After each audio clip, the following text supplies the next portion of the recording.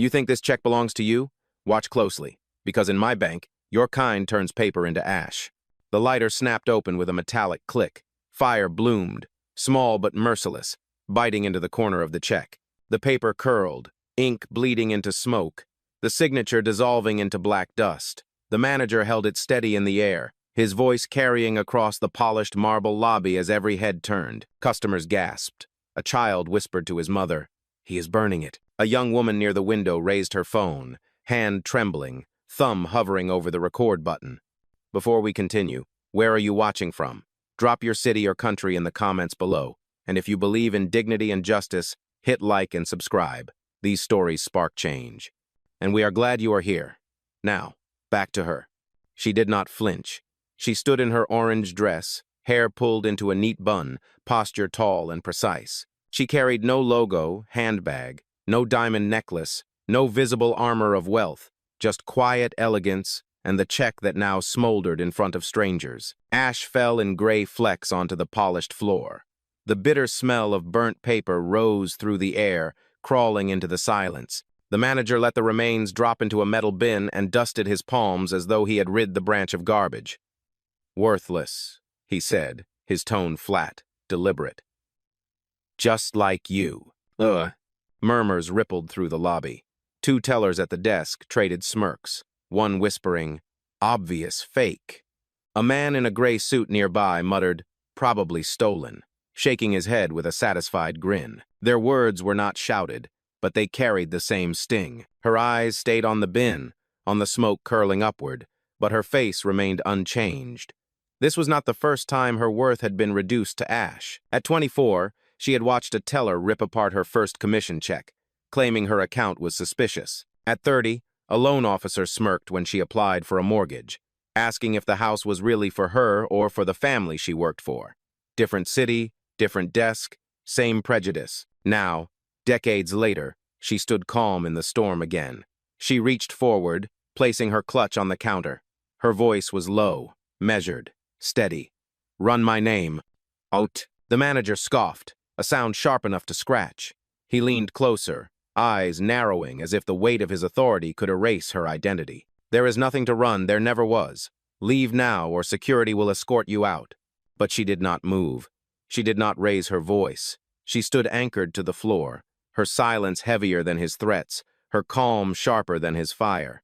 Because what he had turned to ash was not just paper, it was proof of his arrogance. And in minutes, everyone in that branch would learn exactly whose name had been written on that check. She had walked into the branch alone, without assistance, without bodyguards, without the obvious signals that usually soften doors before she entered. A simple orange dress, a neat bun, a small clutch tucked beneath her arm.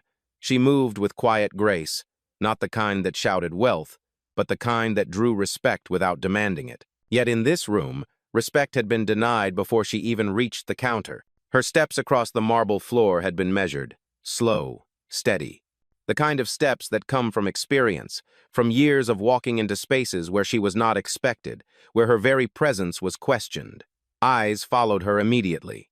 Not because she was loud, not because she was flamboyant, but because she was silent, and silence unsettled them. When she handed over the check, there was no flourish, no boast. Just her name written clear, the numbers bold, the ink still sharp from the printer. It should have been routine, a deposit, nothing more. But the moment the manager's eyes flicked from the check to her skin, routine turned into suspicion. A teller at the side counter had nudged her colleague. "Do you think it is real?" The second teller's smirk was sharper than his words. "People try this all the time. Flash a big check, hope no one looks too closely. It never works." Their whispers were not private. She heard them. So did the customers in line. That was the point. By the time the manager reached for the lighter, she had already read the room.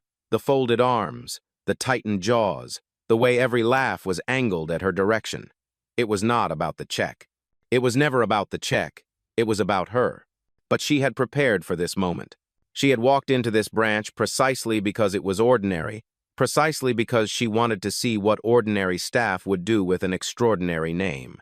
She had not sent her assistant ahead. She had not called the branch manager privately. She had not warned anyone who she was. She wanted the raw version, the truth, and the truth was now floating in the air as gray smoke, curling above the bin where her check had been reduced to fragments. She glanced around the lobby. An older woman sitting near the window clutched her purse tighter, shaking her head in disbelief. A young man in a navy blazer raised his phone, murmuring to his companion, "This is going viral." A teenager with headphones pulled them down and whispered, "Did he just burn her money?" But she did not respond. Not to them, not to the manager, not even to the fire.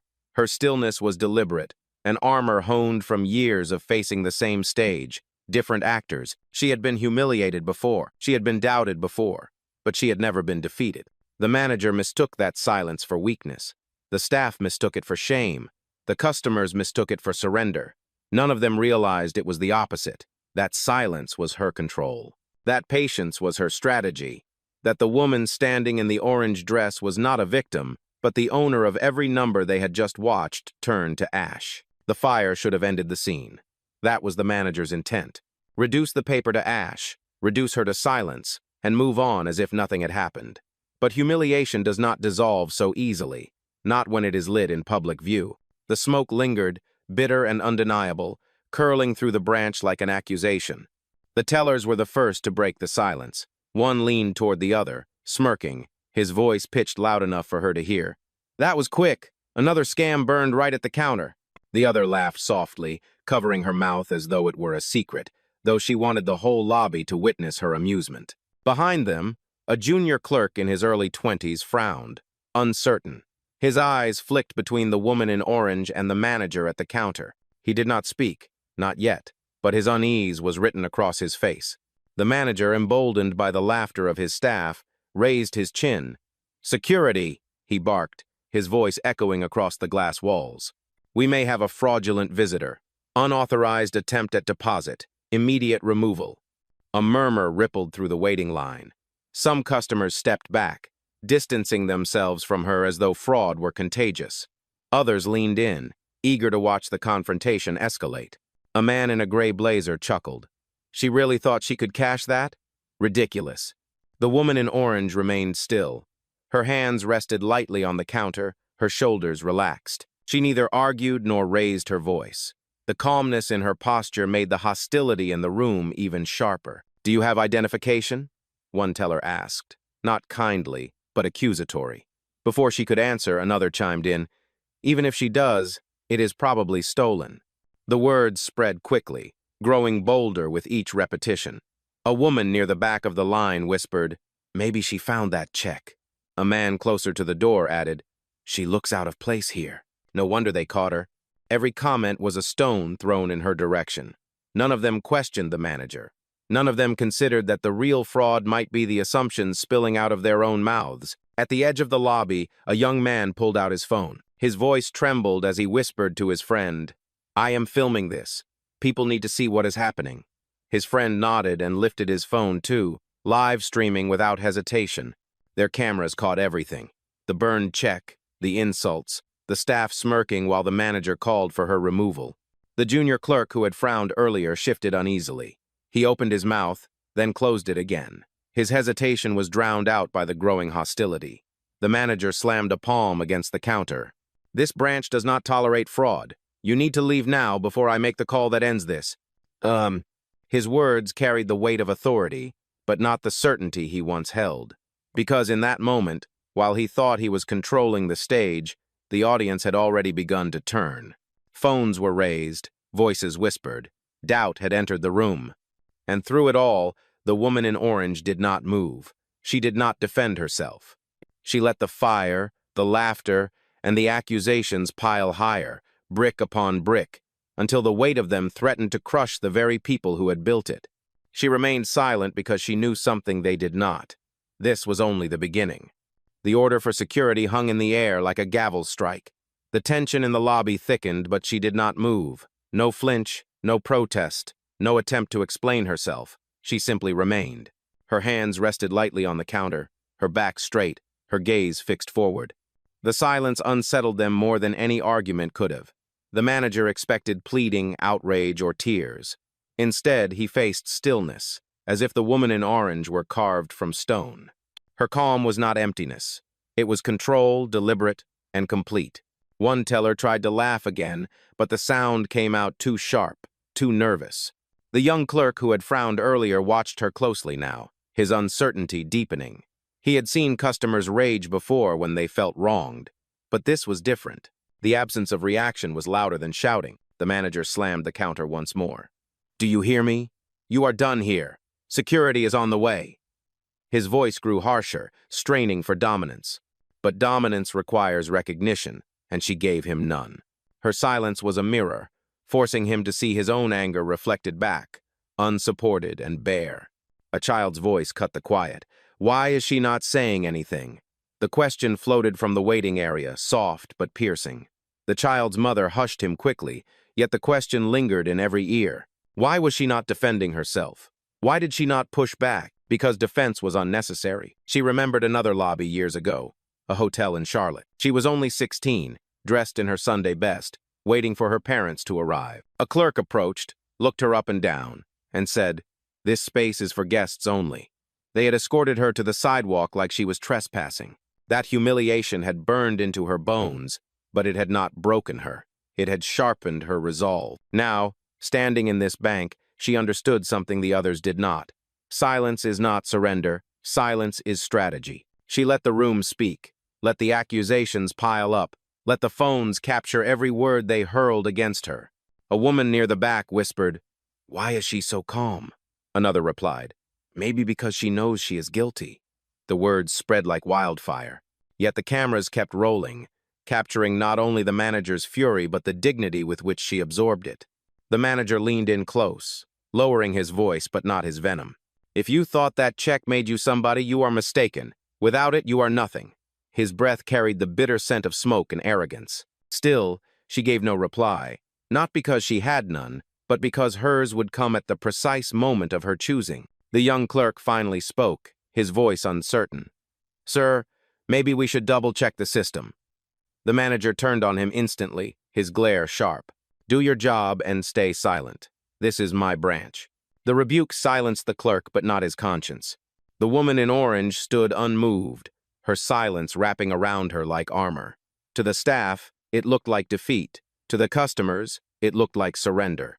But to those with sharper eyes, to the ones filming, it looked like something else entirely: control. She had allowed them to show themselves fully, to display their prejudice unfiltered. And when she finally chose to speak, the weight of her words would not need to be loud. The silence had already prepared the ground. The room was no longer silent. It was restless. The flames had died, but the smoke of prejudice still lingered, curling through the branch and clinging to every breath. Phones were out now, some held high and steady, others low and trembling. The witnesses had become participants. A young man near the velvet rope divider pressed record on his phone. He whispered to his companion, "This needs to be seen. People will not believe it unless they watch it with their own eyes." His companion nodded, lifting his own camera. The small red lights glowed like signals in the dim lobby, capturing every word, every gesture, every insult. On the other side of the room, a woman in her 60s shifted uncomfortably in her chair. Her silver hair glistened beneath the fluorescent lights, her hands tightening around the strap of her handbag. She leaned toward the man beside her and murmured, "This is not right. I have seen this before too many times." The man hesitated, his eyes darting toward the manager, then back at her. He did not answer, but the truth of her words hung between them. The teenager with headphones had already pulled them off, wide eyes fixed on the confrontation. "He burned her check," he whispered to no one in particular. "He actually burned it." His voice cracked, not with fear, but with disbelief. The young clerk behind the counter shifted again, the tension written across his brow. He looked at the woman in orange, then at the cameras now recording. Something inside him stirred. He had heard the words, felt the venom, and seen the flame. He knew what it meant. Still, fear kept him in place. The manager did not notice the shifting tide. He was too busy raising his voice, too busy feeding his own authority. "Do you see what happens when frauds walk into my branch?" he declared, gesturing toward her as though she were evidence. "This is why we must remain vigilant." His voice echoed with self-righteousness, but the echo was hollow, because not everyone agreed. From the corner, a young woman finally spoke, her voice steady though her hands trembled as she held her phone high. "I am filming this," she said aloud. And I will post it. People need to see how you are treating her. Heads turned toward her, some in shock, others in support. The manager snapped. Put that down. This is private business. She did not lower her phone. Not anymore. A ripple moved through the room. More phones rose. More whispers became statements. A man in a navy suit said clearly, "This is unacceptable." A mother clutching her daughter's hand whispered loudly enough to be heard, "This is disgusting." The woman in orange remained silent, her gaze steady, her breathing even. She had not asked for their voices, but they came anyway, one by one, drawn by conscience, drawn by the undeniable sight of injustice playing out in real time. The cameras did not only record the cruelty, they recorded the silence of those complicit, the discomfort of those awakening, and the courage of those who spoke up. The manager's authority had not collapsed yet, but cracks were forming. For every insult hurled, a witness captured it. For every denial shouted, another phone streamed it. His words were no longer commands. They were evidence. And standing in the center, the woman in orange let it all unfold.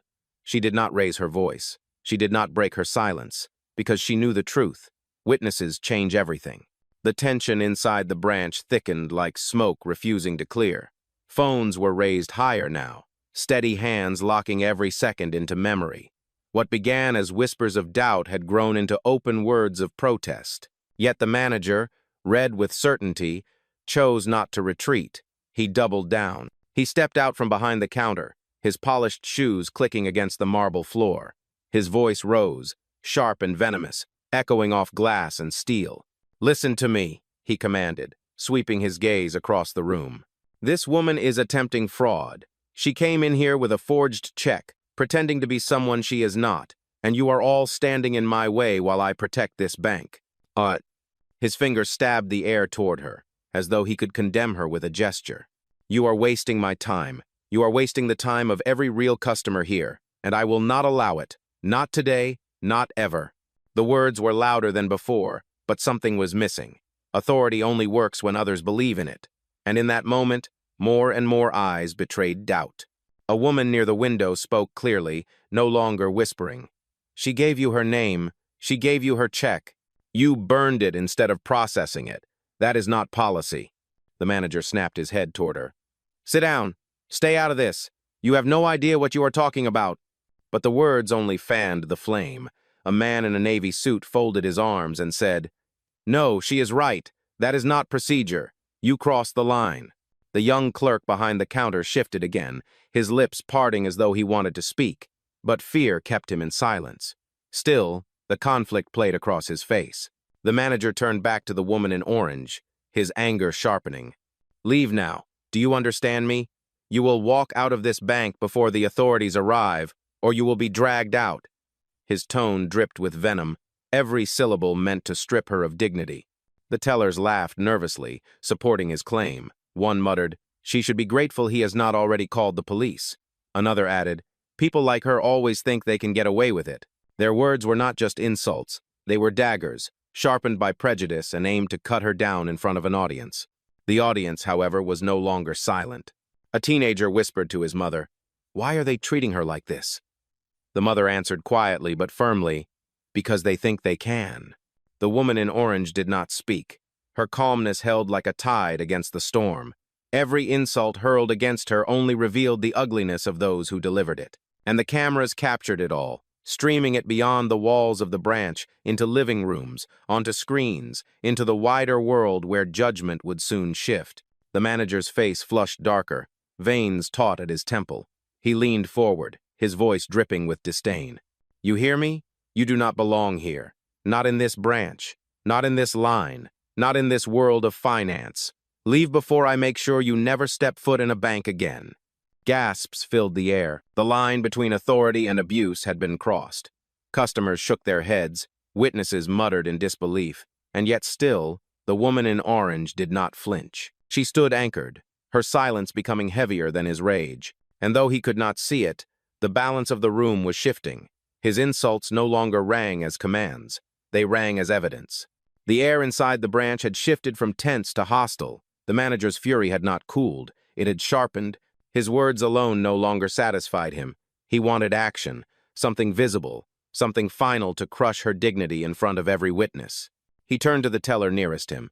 "Call security now. Tell them we have an intruder impersonating an account holder." His voice rang with the confidence of a man certain of his power. The teller hesitated only a moment before pressing the intercom button. Her words carried through the speakers. "Security to the lobby. Possible fraudulent activity." And the announcement silenced even the whispers. Every customer in the room understood what had just been declared. Fraudulent activity. It was not a check anymore. It was her. They had branded her publicly, in the very space where she had come to conduct legitimate business. The manager was not finished. He walked to the metal bin, bent down, and scooped up the charred fragments of her burned check with 2 fingers. He held them high, ash drifting down like gray snowflakes, before dropping them deliberately onto the counter in front of her. "This is what your word is worth here," he spat. Nothing. Not 1 cent, not 1 ounce of trust. Gasps rippled again, sharper this time.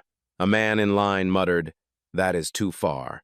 A woman clutched her child's hand and shook her head, whispering, "I cannot believe what I am seeing." But the manager did not notice. His anger had become theater. He reached across the counter, seized her small clutch from where it rested, and yanked it toward him. "Let us see what else you are hiding," he sneered, beginning to pry it open. The crowd erupted. "That is theft," shouted the young man with the phone. "You cannot do that," cried the woman with silver hair. Yet the manager ignored them, pulling open the clutch as though he had every right. He rifled through it in full view of the lobby, holding up a black card between 2 fingers. "Stolen," he declared flatly. "Of course. Did you think this would fool anyone? A black card in your hands? No, not here." He turned to his staff, his voice ringing with venom. "Lock it up. Evidence." One teller reached for the card, eager to comply. But another witness stepped forward now. The young clerk, who had been shifting uncomfortably all along, raised his voice for the first time. "Sir, that is not protocol. We cannot confiscate personal property." His words trembled, but they were clear. The manager whipped his head toward him, eyes blazing. "If you do not like how I run this branch, you can clear out with her. Do you understand?" The young clerk froze, his courage stifled by the weight of authority. The woman in orange still had not moved. She stood as if rooted to the polished marble, her silence growing heavier with every insult, every violation. The crowd's outrage swelled, but she did not need to add her voice. The spectacle itself was building her case. The manager slammed the clutch shut, tossed it back onto the counter, and leaned in close. His voice dropped, venomous and deliberate. "You will not walk out of here with dignity. Not today. Not ever. I will make sure of it." The lobby felt colder in that moment. The fluorescent lights harsher, the silence suffocating. What had begun as arrogance had become assault, witnessed by every eye and recorded by every lens. And still, she did not flinch, because while he believed he had destroyed her, he had only destroyed himself. The moment his words settled, she reached for her phone. Not quickly, not with anger, but with the deliberate calm of someone who knew exactly what she was about to do. She tapped the screen once, brought it to her ear, and spoke with quiet authority. "It has begun," she said. On the other end, a clear voice answered without hesitation. "Understood. Protocol is active. Do you want full escalation?" Her eyes never left the manager's face. His smirk wavered for the first time as her silence gave way to action. She spoke firmly into the phone. "Log every second. Record this moment. Prepare to freeze access." Gasps rippled across the lobby. Customers looked at one another, unsure what they were witnessing. To them, it looked like a simple call. To him, it looked like control slipping from his grip. The manager sneered, trying to regain ground. "Who are you calling? A lawyer? Do you think anyone will take your side after this performance?" His words dripped with arrogance, but his eyes betrayed the first flicker of unease. She lowered the phone slightly, enough for the crowd to hear. "My assistant is documenting every word, every action, every violation. Nothing will be lost. Nothing will be ignored." The young clerk who had spoken up earlier straightened, hope flickering in his eyes. The witnesses with phones leaned closer, eager to capture every word. The manager slammed his palm on the counter. "You think recording this will save you? This footage will mean nothing." Her voice cut through his protest like a blade. "No, this footage will mean everything, because what you tried to erase has already been preserved." The words settled over the lobby like a verdict. Customers murmured, shifting in their seats, Realizing that the balance of power was beginning to change, she returned the phone to her ear. "Proceed to verification," she instructed calmly. "Cross, check ownership, and activate security protocol. Step 1. The manager scoffed, attempting to laugh, but it rang hollow. "Security protocol? Do you think you run this place?" She looked at him unblinking. "I do not think. I know." A murmur swept through the crowd. The woman with silver hair whispered, "She knows something. She knows exactly what she is doing." "Huh." The young man filming added, "This is not over. She is not the one losing." The manager's anger spiked, but beneath it was the beginning of fear. He barked toward the tellers, "Take her out, now!" None of them moved. Their eyes darted between the woman in orange, the raised phones, and the gathering storm of truth that was no longer containable. She placed the phone on the counter, speaker still active. A voice came through, clear and professional. "Confirmation pending. Authorization requires your command." The manager's face drained slightly. His authority had been absolute only minutes ago, but now every word he spoke, every gesture he made, was being logged, preserved, and soon to be judged. The woman in orange finally lifted her gaze fully to meet his. Her eyes were calm, steady, resolute. Her silence had been strategy, but her voice now was power. "You wanted me out," she said evenly. "But before this is over, it will not be me leaving. It will be you." Ugh. The lobby erupted with whispers, gasps, and the glow of phones catching every syllable. For the first time, the manager realized the truth. This was no ordinary customer. This was something far more dangerous to his pride, his position, and his power. This was the beginning of his end. The tension in the lobby was a storm ready to break. Every phone was raised now, every witness alert, waiting for the next word, the next strike. The manager straightened his tie, forcing arrogance back into his posture. He had to reassert control. "Enough games," he snapped. "You are leaving now, or security will drag you out. I am the authority in this building, and you have no power here." The woman in orange lifted her phone once more, her voice calm, measured, precise. "Proceed with ownership verification." The line crackled, then came a voice steady and professional. "Confirmed. The primary shareholder of this institution is on record. Authorization belongs to you, ma'am. Shall I broadcast confirmation?" The words carried across the speaker for everyone to hear. Gasps rippled through the crowd like a wave. Heads turned. Murmurs spread. The manager froze, the blood draining from his face. She lowered the phone slowly, her gaze locked on him. Then, for the first time, she spoke directly to him, her voice carrying the weight of command. "You just burned a check issued in my name, a check written against the bank I own." The silence was absolute. The smirks vanished from the tellers' faces. The man in the navy suit dropped his arms to his sides, stunned. The silver-haired woman whispered, "Oh my God." The manager's mouth opened, but no sound came. He blinked rapidly, trying to process what he had just heard. That is impossible. You are lying." Her expression did not change. "Look around you. Every phone in this room has captured your words, your actions, your insults, and now they will hear the truth. My name is not stolen. My check was not forged. This bank does not merely serve me. It belongs to me." Gasps deepened, some turning to applause, others stunned into silence. The teenager who had whispered earlier exclaimed, "I knew it. I knew she was not lying." His mother hushed him, though her eyes glistened with vindication. The young clerk behind the counter finally found his voice. "She is telling the truth. I saw her name in the system. It matches the ownership record." His words cut through the room like a bell toll. The manager spun toward him, face burning. "Silence!" he roared, but the roar cracked with panic. The woman in orange stepped closer to the counter, her presence unshaken, her gaze steady. "You thought my silence was weakness. You thought my patience was surrender. It was neither. It was power. And now you will understand who truly holds authority in this room." The lobby broke into murmurs, disbelief mixing with awe.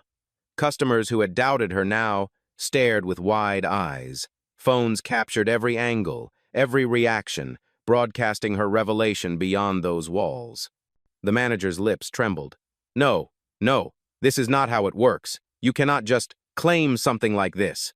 Her response was simple, final. "I do not claim. I confirm." She placed her phone back on the counter. From the speaker, the voice of her assistant carried one last line. Verification complete. All staff and systems acknowledge primary ownership. Standing by for your next command. The room shifted entirely. The power had moved. Authority no longer radiated from the manager. It radiated from her, the woman they had dismissed, humiliated, and tried to erase. And now, every eye was on him, waiting to see how he would fall. The revelation struck the lobby like thunder. For a moment, silence reigned, heavy and electric, as if the very walls of the bank had absorbed her words. Then the ripples began. The tellers were the first to crack. The one who had smirked earlier now looked pale, her hands trembling as she clutched the edge of the counter. Her colleague, who had whispered about scams, shifted backward, suddenly unable to meet her gaze. Their laughter had vanished, replaced by the sickly awareness that every cruel word they had spoken was now evidence, captured by dozens of recording phones. The young clerk who had dared to speak earlier straightened, relief flashing across his face. He had been right to trust his instincts, and now his voice carried weight. But he also knew what this meant. Every instruction he had obeyed under the manager's command would now be reviewed under the eyes of the very owner of the institution. His stomach twisted with both dread and hope. Customers across the room reacted in waves. The silver-haired woman clasped her hands to her chest, whispering, "I knew it. I knew something was wrong from the start." The teenager with headphones lifted his phone higher, declaring, "She owns the bank. She actually owns the bank." His voice rang with awe, spreading like wildfire across the crowd. The man in the navy suit who had mocked her earlier now stood frozen, his arrogance collapsing into shame. He loosened his tie, sweat gathering at his temples. "Unbelievable," he muttered, but the word was not defiance, it was fear. The manager, however, was unraveling fastest of all. His authority, once absolute, now crumbled before the eyes of his staff and customers. His jaw trembled as he tried to summon anger, but panic leaked through every word. "No, no, you are lying. You cannot prove." He stopped, because the proof was already in the air, carried by the assistant's voice through the phone. Verification complete, ownership confirmed. There was no ground left for him to stand on. One by one, the customers began to turn their phones not just on her, but on him. The story had shifted. The villain had been revealed. Every word he spoke now would be replayed, dissected, condemned. He knew it, and so did they. The silver-haired woman raised her voice, trembling with righteous anger. "We all saw what you did. You burned her check. You humiliated her. And she owns this place." Her words drew murmurs of agreement. Others nodded, muttering, "Shameful, disgusting, unforgivable." The young clerk finally stepped forward, his courage solidified by truth. He faced the manager directly. "Sir, this is not your branch anymore. You cannot order us against her. She outranks all of us, including you." His voice was shaky, but the truth gave it strength. The manager recoiled as though struck. His face was crimson, his eyes darting between the staff, the customers, and the woman in orange who had never raised her voice. He tried to bark an order, but it came out strangled, his authority slipping away like sand through his fingers. Meanwhile, the phones kept recording, every second ensuring that the humiliation he had tried to inflict was returning to him 100-fold. The woman in orange remained still, her calm now radiant with undeniable power. She had not needed to shout. She had not needed to defend herself. Her truth had turned the entire room against him, and in that room, every witness understood the shift. The manager was no longer in control. He was cornered, exposed, and seconds away from collapse. The woman in orange finally moved. She picked up her phone from the counter, pressed one button, and spoke with clarity. "Terminate his access." Effective immediately, the voice on the line responded without hesitation. "Confirmed. Revoking credentials now." A soft electronic tone echoed from the manager's desk. His monitor dimmed to black. His keycard, clipped neatly to his belt, flashed red and then went dead. The system had obeyed her command in real time, stripping him of authority before the eyes of everyone he had just tried to impress. Gasps filled the lobby. A teller covered her mouth. The young clerk stared wide-eyed, realizing the weight of what had just occurred. Customers whispered, "She just shut him out," their voices laced with disbelief and awe. The manager lunged toward his desk, jabbing at the keyboard, swiping the dead card against the reader. Nothing. Again, nothing. his face drained of color as reality settled in. He no longer belonged to the system he had claimed to control. The woman in orange stood tall, her voice carrying like a verdict. Your authority ends here. You abused the power you were given, and now it is gone. Phones captured his collapse, the frantic gestures, the failed swipes, the broken certainty in his eyes.